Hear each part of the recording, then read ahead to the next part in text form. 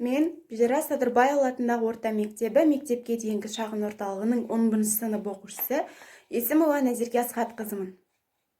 Мен Қожа Ахмет Яссауидің 25 хикметін жатқа білемін. Соның ішіндегі 4-ші хикметін сіздерге орындап беремін. 4-ші хикметінің аты «Жылап дұға қылам саған». Рахымыңнан мен ғаріпті шет қалдырма, тынбай мезгіл жылап дұға қылам саған. Ояу болам боялғанша ақтаң нұрға, жұмбай көзді жылап дұға қылам саған. Дәргейіне келдім міне белім байлап, жүрек бауырым аластырып тасты қайнап.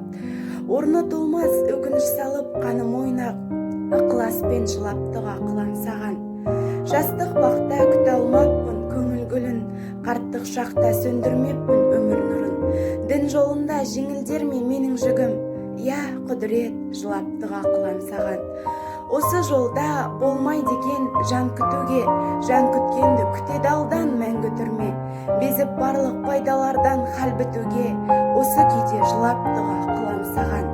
Құл Қожа Ахмет нәпсі шыңнан асты жайлап, фәнәфиллах мақамына басты байлап, жүрек бауырым аластырып тасты қайнап, осы күйде жылап дұға